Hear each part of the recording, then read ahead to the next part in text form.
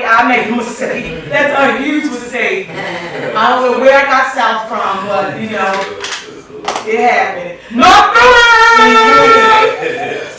So I grew up in North Philly, back and forth between my dad. My mom has 4 children. You know, he's got an older brother and 2 sisters. My dad's just, I was the only child. And you know, I don't think really my conditions were any crazier than the next person coming up in the city. You know what I mean? Both of my parents were addicts, but prior to me being born, I didn't experience either one. So they were clean, they got clean, and then you were born. Yeah. Nice. Yeah, so I didn't really experience any like issues with any drugs or anything like that. So you know, yeah. I mean, I don't know what you're talking about. So did you grow up in the streets, crawl fires? Because you mentioned crawl fires when you were talking. Did you grow up in the streets? So, my dad, he kind of tried to keep me on a short leash. You know what I mean? So naturally, when I went to my mom's, you know, I walked out a little bit. You know, so you always want to go there, so you do what you want to do. That's kind of how I ended up playing in the streets when I was young. I caught my first case in like 6th grade or 7th grade or something. What did you do? Did you mind telling me what it is? It was like hard. I didn't really do anything. I just came to school late. I was smoking. I was smoking and I came to school late and they searched me because I smelled like weed. And I had like a fan up the Right. Yes. But I'm on school property. But I felt like I was cursed because after that I just had to get locked up. Okay. Tell the people, that's right, tell us. Yeah, so I mean from there I died like you know, I was running around with a lot of older guys and you know. Would you say it was misguided? Yeah, I was definitely like, you know, I mean I was always like, you know, I was never easily influenced. Like, but did you look up to them? I can't really say that. Like they were older, but I always felt like, all right, so these is my brother's friends, kind of. Okay. My brothers who had 2 years older than me. Okay. But our roles was never like, you know, big brother, little brother. Okay. It was always just like right there. You know what I mean? That's kind of how I felt about everybody that was around. But they were older than me. Like, you know what I mean? And we was like, you know, running around like. I don't see your body language. You know, it's like you just right from. It's like he's melting. It's like when you're talking about your childhood, you just like. Yeah. It's weird. Your body is just shifting. Like it's crazy. Yeah, I went through you know, it's a long story that I really you know, I know in that time. Right. I'm trying to like find the degrees to it. Okay. But like you know, so. Like a lot of those cases was like robberies, like running in houses and stuff like that. But now you changed your life. Yeah, I caught that case when I was 17, 18. Okay. Because I caught this crazy robbery case when I was, my pops always told me, he's going to keep getting these cases, he's going to keep catching drugs, going to keep getting more serious every time. And one day, you're not going to come home. So, when I was 17, I caught a robbery charge was my first time. They charged me as an adult. I was up on pig, so I kind of saw the difference between like being a what your dad was telling? like when I was in the shoes or whatever. Like, you know what I mean? Came home and caught a gun case. The gun case was the one that really kind of like shocked me. Chill out, because the whole reason I had the gun was I used to fight a lot. You know what I mean? My anger problem. Like, yeah. Well, that's trauma. Everything you're talking about trauma from jail, from like his whole everything that he's saying, right? Like, yeah, in my smile, like I was so short circuited, like I get moved on, like I had a whole thing, but like I never called him. Like I was just just like if I felt myself in something, I ran into somebody, like I just go over it. And I always end up getting rolled up or something like that. Okay. You know what I mean? So I'm starting to get older, like, we playing with guns. Like, it wasn't like when I was younger and playing with guns. It was just like, that's kind of shootings and stuff like that. And little robberies and stuff. But we didn't have no beefs. Like, you know what I mean? But then I got older, I got like, when I had this time, it was because we had issues. Okay. And I got locked up with it, and long story short, like 2 weeks in, he being the person that I was about to go through with it, ended up getting killed, right? And that was like an eye-opener for me. That was kind of like when I started. Life-changing. Like, you know what I mean? Because I'm like, you know, I mean, if I'm going to go down this road, then I'm going to have to really go down this road. Like, you know what I mean? Like, it's not a game. Like, you know what I mean? I started like, oh, whatever, a little bit. But, like, you know, today, it's crazy because it don't even matter what type of person you are in the streets. You got that some type of protection. Like, it's just like, you feel that way. it's really like, it's like it disintegrated to that point where, you know, people, women, Well, I'll tell you something. I visit down south all the time in the Atlanta area, and I have plenty of people who live there. Y'all know I go to Atlanta like 3-4 times a year. And I kid you not, every one of my nephews are licensed carriers. There's a picture on my wall right there with me and my grandsons at the gun range right here. I took them to a safe class so that they can learn protection, how to properly handle a gun. Because I believe in my heart that somebody's gonna put a gun in my grandchildren's hands. And from what I've studied, 90% of deaths that by gun are not even displayed. They're not even told that, oh, it was an accident. Those ones we don't hear about. See, it's the mass ones we hear about. It's the ones that's out there that's connected to drugs that we hear about, drug-related crime and stuff like that we hear about in the media. But the accidental deaths because young kids are getting guns in their hand, and ghost guns, by the way, because Mobita brought that to the show, and then she tore that out the frame, and they don't know what they're doing with the gun. But my grandsons do. You have to take these kids and you gotta educate them. I'm a true believer of that. You have to educate them so that what y'all went through, they won't.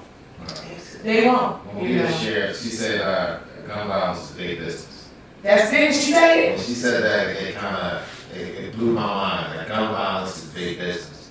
You know what I mean? And for every, like you figure, gun manufacturers, like, one thing, and I'll share this with a couple of people. I had a shirt, a polo shirt, right? And I had a shirt for like 2 or 3 months. And then I decided to take it back, didn't have a receipt. But it was still in, pristine condition, right? I go take the shirt back. When they scanned that shirt, they knew when I bought it, how much I paid for it, what form of payment I used, right? This is for a shirt. We don't even hold gun manufacturers to the same standard. Come on! As we hold retail clothing. Absolutely. So how is it that Smith & Wesson don't know where all the guns at? How is it that Ruger don't know where all the guns at?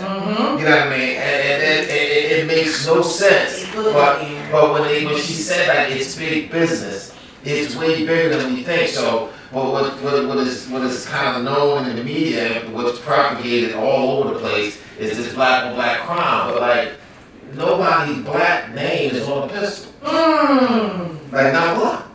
You know what I'm saying? So how is it that Tone or Rome from 19th Street getting hold of a gun that was manufactured by Smith & Wesson and the plant is in Arkansas some goddamn where? How Tone get it? But then the gun manufacturer himself don't know nothing about it. You know what I mean? You know, so it's not as simple as, all of these, like we talking about, like, it's all of these contributing factors. Post-traumatic stress, trauma, disenfranchisement, like all of these factors.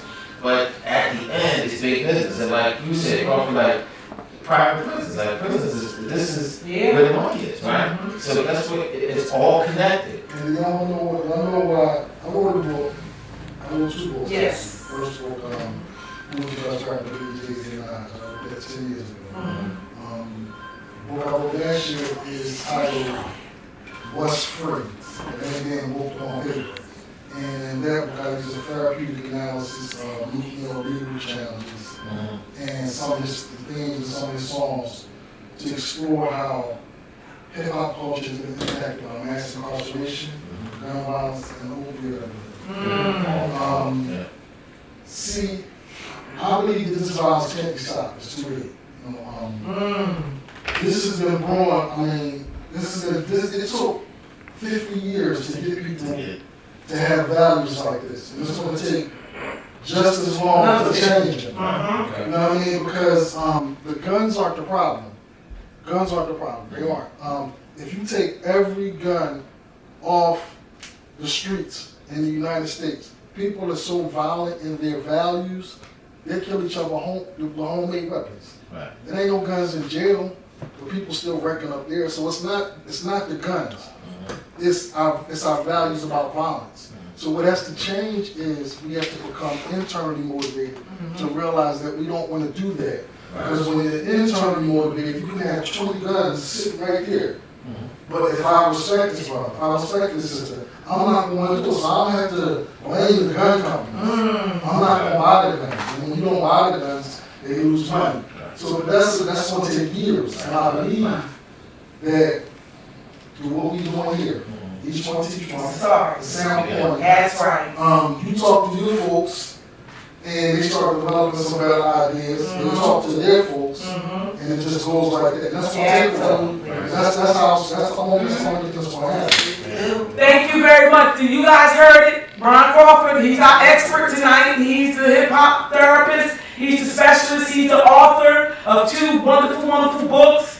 And guess what? And he said, each one teach one. That you have to go talk to your folks, and you talk to your folks, and you talk to your folks. And this platform is a beginning. It's a start that we can begin to have some healthy dialogue. Listen, let's give Ron Crawford a round of applause. Yeah, sure. I'll be remiss if I didn't mention this.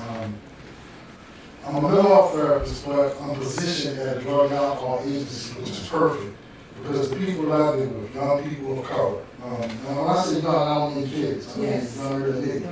You know, 16 to 40. That's younger than 50. A lot of them, I engage them by offering them drug and alcohol treatment, which is cool because they're at the beginning of their mental health recovery. Sure. Many people that come to drug and alcohol treatment have co-occurring disorders. They really have anxiety, depression, post-traumatic stress disorder. And because the stigma of getting therapy, they rather self-medicate doing therapy. So part of my job is to first get people clean. You know, then when you get clean, you can confirm and then you can address all the mental health challenges. But one thing I wanted to mention about getting people clean, I have a movement called Perks. Works. And if you understand that, you understand that one of the more dangerous trends in the hip hop culture right now is some of the more famous and popular rap artists glamorize the use of opioids, whether it be through Perks or lean, or you know what I mean, any kind of opioid. The problem with that is young impressionable rap fans don't know that 80% of new heroin users started using opioids, taking Perks. What they also don't know, and I just learned this too, is in the city of Philadelphia in 2020, more black people died from opioid overdose than white people. Oh, what? Than white people, and that's crazy. Where is that at? In Philadelphia, I'm gonna tell you why. White people are still dying from opioid overdose, but they're not dying as much because of tolerance. They're eating fentanyl now. See, when fentanyl first came out, they couldn't handle it. It was knocking them out. It was knocking them out. But now, because of tolerance, your body get used to it. They're eating fentanyl. But you don't think the press stuff? Okay, I'm sorry. They're jonesing for Trank now. Carfentanil. Because the fentanyl ain't doing nothing. But what happened was the black people, because a lot of the hip hop music talk about popping perks. Yes, God. They're going crazy with these perk 30s, but the perk 30s is plated perk 30s that's pressed up with fentanyl. So black people is getting fentanyl for the first time, and it's tearing them out the frame. So more black people die from opioid overdose in Philadelphia than white people. Well, there it is. More statistics from our expert, our professional, Mr. Ronald Crawford, author.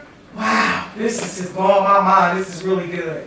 So we're gonna be wrapping it up shortly. I'm lost for words right now. Man, this is crazy. So we're gonna closing remarks. Yeah, we're gonna get to the closing remarks.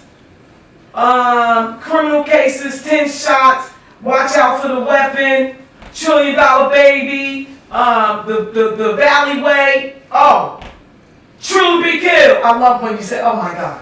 That's his brand right there. You need to show your shirt, Trill be killed.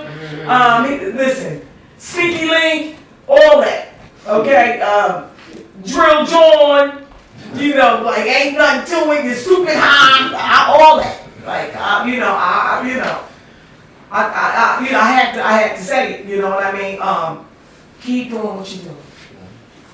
Keep changing lanes. Like, you have to keep doing it. We need people with real life experiences to put music out there so that people can heal. It is my friend Mr. Crawford's favorite thing, cultural relevant. It is cultural relevant. It will reach the youth. It will reach the proper people, as long as you continue to do it the right way.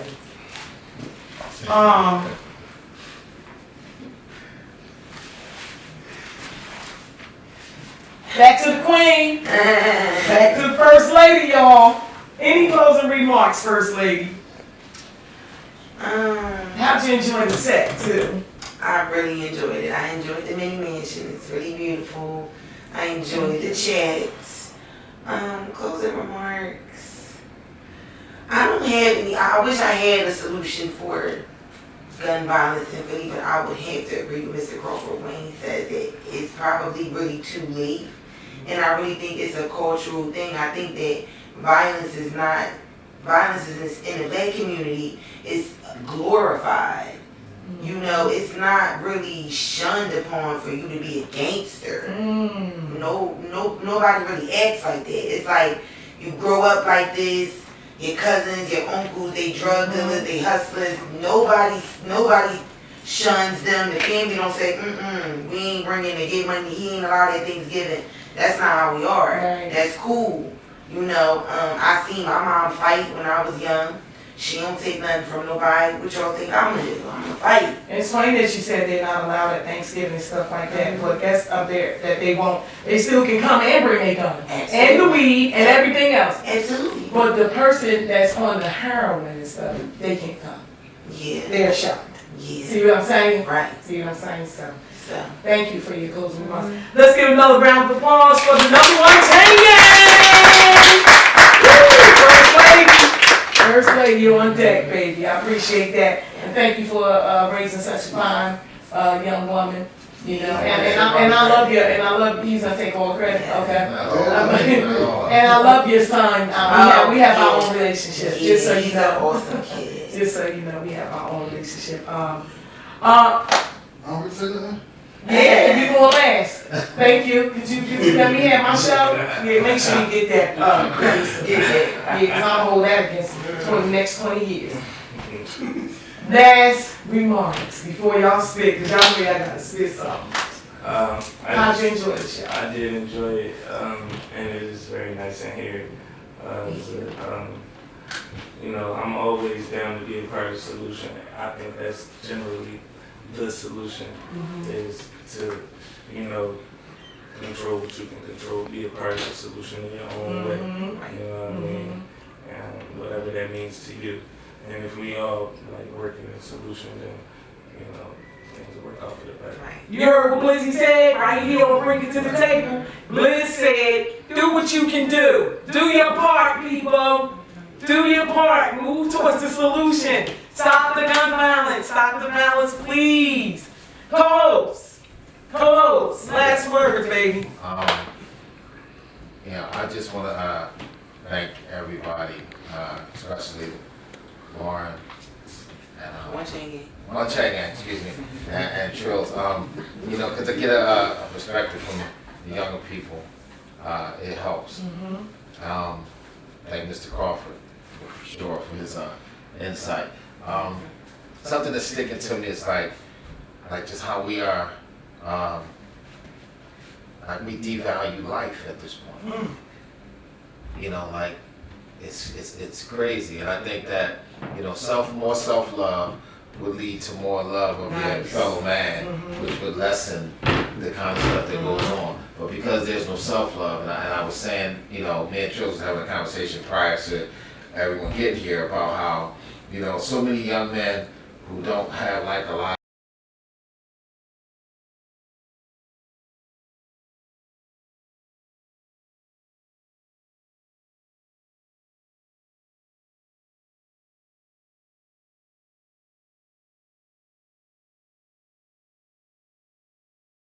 point that we begin to love ourselves, man. Nice. And whatever that looks like, it's more opportunity out here than I think some of the young men realize. And that same drive and energy that you put into taking away, you can put into giving to your community. Nice. You know what I mean? And Nice. if we can do that, I think that is a start. Nice. Well, y'all heard it. Y'all heard it from the co-host, Warren J. He dropped it. He dropped it. He said self-love. Self-love. You better get on it. Self-love. I'm trying to tell you. You heard what he said. We got some real good stuff up here. And so now we're going to turn it over to Mr. Crawford. Final words, Mr. Crawford, and thank you for coming. Thanks for having Appreciate you. me. I appreciate y'all. It was good. It was a good experience. Another symptom of post-traumatic stress syndrome is shortened life expectancy.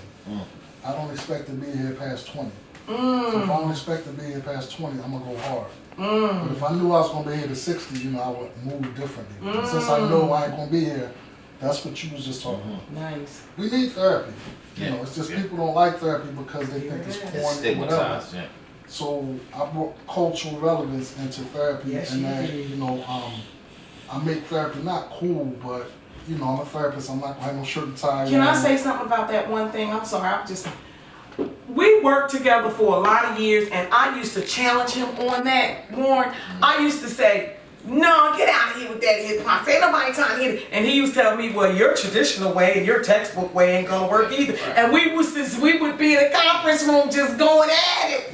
But I want to tell you in front of all my fans, in front of all the people, I apologize. You were right. It needs to be cultural relevant to reach the proper community and the people in the community so that this stuff can stop. And what they identify with is hip hop, lyrics, and things of that nature. So please accept my apology. No, it's not a problem. Back on you. One of the things, I teach a class in the PASSET program at Temple University on Tuesdays at 6:30 to 8 o'clock. I want y'all to come. I would love to be able to put some of your work up on the screens and have some of the students talk about it. Because y'all are the solution, to be honest. Rap music is so influential. If people are bringing an awareness that we're killing ourselves. I wrote a book in 2010, and I thought that B. Siegel was going to be the first book that was taught them positively, because peer support is where it's at. Peer support, I mean, people who have been through challenges and who have overcome them, they are more likely to reach people than me. Because young boys not gonna bang with me because I've never been broke, but they'll bang with you. So what happens is you meet people that are recovering from incarceration, recovering from the streets, and through their music. I had B. Siegel coming back, but he's still in this thing, you know what I mean? But then we got some other boys, the young boy, I forgot the young boy name, I'm sitting up, I got COVID brain, I don't have a good brain. What's the young boy, got the sneaker deal? I'm tripping. What's the young boy? Yeah, Quad. Yeah, Quad, he on a positive tip. You know what I mean? Feast Banger, he on a positive tip. There's people that's doing some positive stuff. And I want to listen to your work. I want y'all to come, but I like your work. I listen to, I ain't listen to it, but you got bars. You ain't no, you remind me of, no, he's up there. He's up there. Young K. Price. Yeah, he's up there. That's his name? Okay, Grace. I'm not sure, but all I know is when I heard this stuff, and I'm an old head, and I ain't into all that stuff, but it woke up my spirit. What's the boy that talked about before the murder? Talked about getting ready to hit a boy who's arguing with the boy. What's his name? K. Price. You know, Stay free. We're gonna talk. He from Southwest. We're gonna talk about him though, but it's a lot of guys. But so, or do they come? They come to your to Temple too? But you trying to do? But are you gonna go to Temple? You gonna go? Yeah. And you gonna go on Tuesdays? All right. It's a couple of more weeks left though, right? Yeah. Well, no. This semester's 5 more weeks, but then the next semester start in September. I've been doing it for 4 years. Another thing, get this book. What's free? It ain't being booked on paper. You can go get it at Amazon. You can get it at me through email at honestyhurts.crc@gmail.com. It's honestyhurts.crc@gmail.com. All right, there it is. And say that again. Okay. Warren's ready to go. He has to, but anyway, it was a really great show. I want to thank you. My closing remarks would be this. Thank you so much for coming. Thank you for coming, Mr. Crawford. Please go to temple.com and register for Mr. Crawford's class on Tuesdays. You don't want to miss it. It's cultural relevant. It'll help people heal. He breaks down lyrics. I've actually been to one of the classes, I think maybe 2 times. And it was weird for me because I'm just not that girl. But when I went there, I did see, I met your partner, I met TY, so I met TY. And they was doing some big stuff on Temple campus. Could you believe that? Somebody moving up in the world. Hip Hop Therapy is going to be happening in the city of Philadelphia before you know it.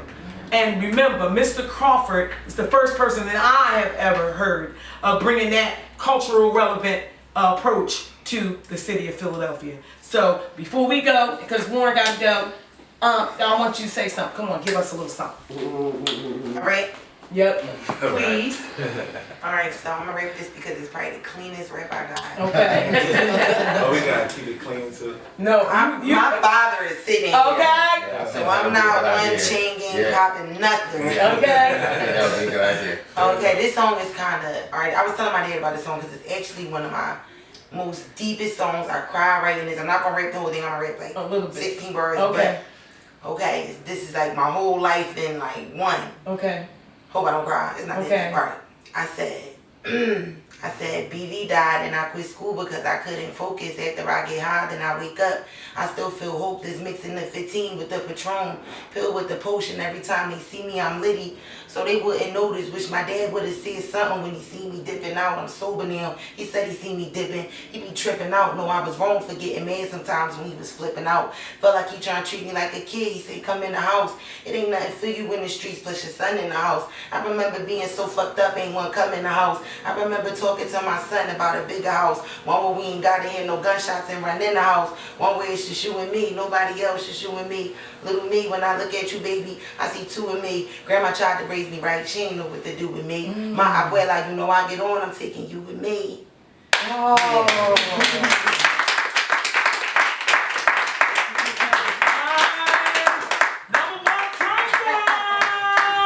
Up in the mini mansion sitting. Yeah, I love it. All right, never heard me rap. Don't cry. You all right? You crying? Don't cry. You all right? You all right? Yeah, y'all heard her. So anyway, okay, make sure y'all go to SoundCloud. Go to SoundCloud because her stuff is on SoundCloud. #1 chain gang. That's Order right. to the table tonight. All right. Next we got Blizzy Blizz from North Philly. Got it right that time. Alright. You want to do my favorite? I was really trying to figure out what I was going to Do my favorite. Bless us with a sweet She's my 16. singing link. Bless us with a sweet 16. It's too much. Stinky link. Stinky link is good. That's not a rap. Alright, I got you. Alright, my mom and my daddy did dope. I was born dope. You won't feel this shit unless you get a phone dope. Bro, I know you gotta hustle. Let me put you on dope. When your spirit rich, it ain't no going broke. I done turned nothing to something 100 times, no 1,000. Straight up out of public housing. They say they Section 8, but all our stomachs fucking growling. They see our pain, call it anger, and label us violent. They in the hood filling coffins up with young talent. You want this life, but don't know nothing about it. She got my youngin' wildin'. He said when he try to do right, that's when his demons get the fucking howling. He gave in to him, he just want him silent. My niggas ain't gotta be shooters, I just want them solid. We ain't trying to die in our hood, but you can't run us solid. They told us not to do drugs, there's nothing fun about it. I popped a pill and I forgot how to have fun without it. We need a way out. These lame old heads ain't give us no layout, but they ain't make it out, so fuck they route. Same hood Nip gave back to, left him laid out, so fuck it, when it's my turn to eat, I'ma order takeout. Life ain't a game and this game ain't nothing to play about. Can't be stepping light and talking heavy, it don't weigh out, nigga. My mommy and my daddy did dope, so I was born dope. Put this in out there. That's Blizzy! That's Blizzy Trill, baby! $1 Million Baby done dropped. That thing done dropped. And we had him here first while he on the rise, baby. So y'all better get some of that. Y'all heard him? He said, dope. Thank you. Thank you so much. Thank everybody for coming. And so, the next episode will be coming to you shortly. Please keep coming back. Come back to our page. Make sure you click like and share. It's also being recorded, so it'll be on my YouTube page. Author Doc B brings it to the table with her co-host Warren J, baby.